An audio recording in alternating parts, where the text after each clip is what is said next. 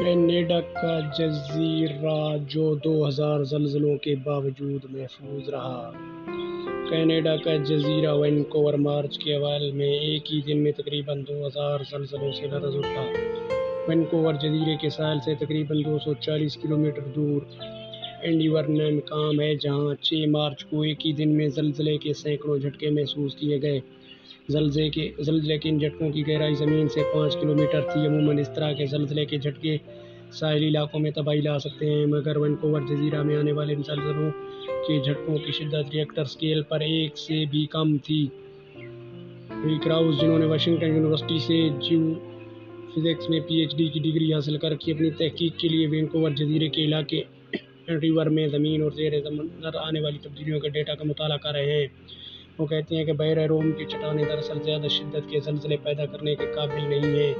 ان کا مزید کہنا ہے کہ ساحل کے ارد گرد کچھ کھدائیوں سے یہ بات سامنے آئی ہے کہ یہ جھٹکے تشویش کا باعث نہیں ہیں، بلکہ گہرے سمندر میں ارضیاتی عمل ہیں، جس سے اس علاقے میں ایک نئی سمندری تہہ جنم لے رہی ہے۔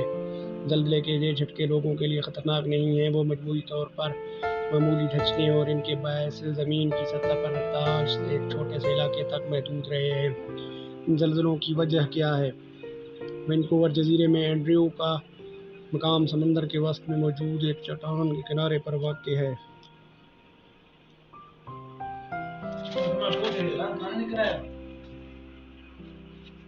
اتنے زلزلوں کی وجہ کیا ہے؟ وینکوور جزیرے میں اینڈریو کا مقام سمندر کے وسط میں موجود ایک چٹان کے کنارے پر واقع ہے۔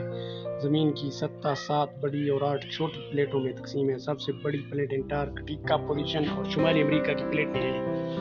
یہ پلیٹیں زمین کے اوسط پہاڑی سلسلوں کے نیچے زیادہ سے زیادہ 105 کلومیٹر کی موٹی تہ ہیں۔ سمندر کے اندر ایک سمندری چٹان اس وقت بنتی ہے جب دو زیر زمین پلیٹیں ایک دوسرے سے دور ہو جاتی ہیں۔ اب جیسے جیسے زمینی پلیٹیں الگ ہوتی ہیں، بڑے پیمانے پر آتش فشاں پھٹنے لگتا ہے، اور جب یہ آتش فشاں ٹھنڈا ہوتا ہے تو وہاں چٹانیں بنتی ہیں، جنہیں مڈ اوشن رج یعنی سمندری چٹانیں کہا جاتا ہے۔ اس طرح سمندر کے اندر ایک نئی تہ بنتی ہے۔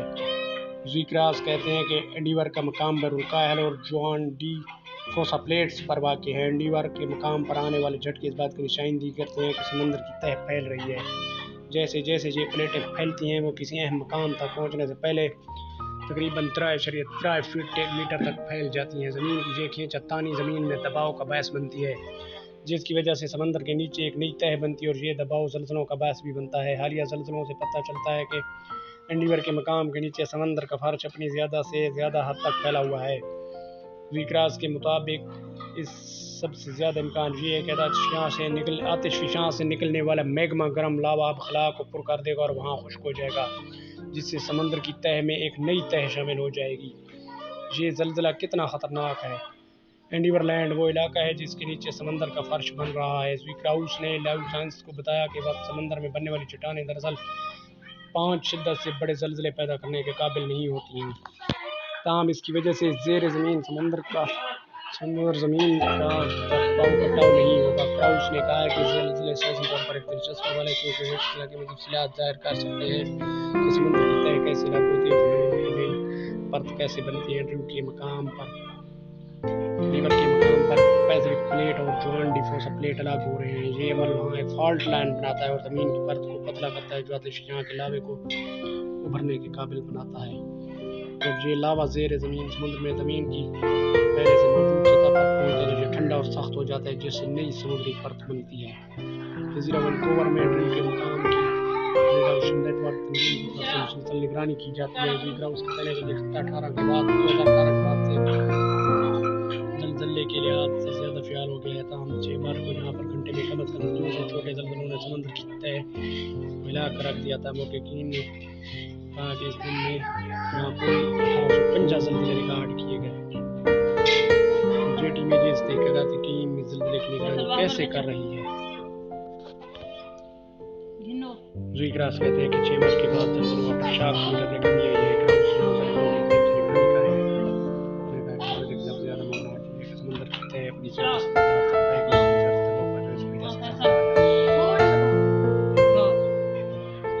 کراؤس کہتے ہیں کہ زلزلے تقریباً 20 سال کے وقفے سے بتدریج سے آتے ہیں۔ اینڈیور کے اس علاقے میں آخری بار اتنے زلزلے سن 2005 میں آتے ہیں۔ اینڈیور کے مقام کی مسلسل نگرانی 2011 میں شروع ہوئی، اس لیے مانیٹرنگ ٹیم کے پاس اس سے پہلے آنے والے زلزلوں کا ڈیٹا نہیں ہے، تاہم ان کے پاس لاوا کے ماخذ کے بارے میں زمینی پرت تشکیل دیں گے. کراؤز کہتے ہیں کہ بہت سے دورات کی یہ واقعات کیوں رونما ہوتے اور لاوا کے نکلنے کا سبب کیا ہے. مگر ابھی کے لیے وہ اور ان کی ٹیم یہ مشاہدہ کر رہی ہے کہ آنے والے دنوں میں آگے کیا ہوتا ہے. جبکہ پہلی سیکنڈ میں پورے نوئیڈا جرمن میں گلیئر بن گیا تھا. تاریخ کا سب سے شدید زلزلہ جس نے زمین کو بدل کر رکھ دیا. پاکستان میں 2006 میں بتایا کیا زلزلوں کی پیشگوئی کرنا ممکن ہے. ترکی کا بلبہ جہاں اپنے دادن کے بچے کے ساتھ ملبے کے پہاڑ 4 دن تک زندہ دفن رہی.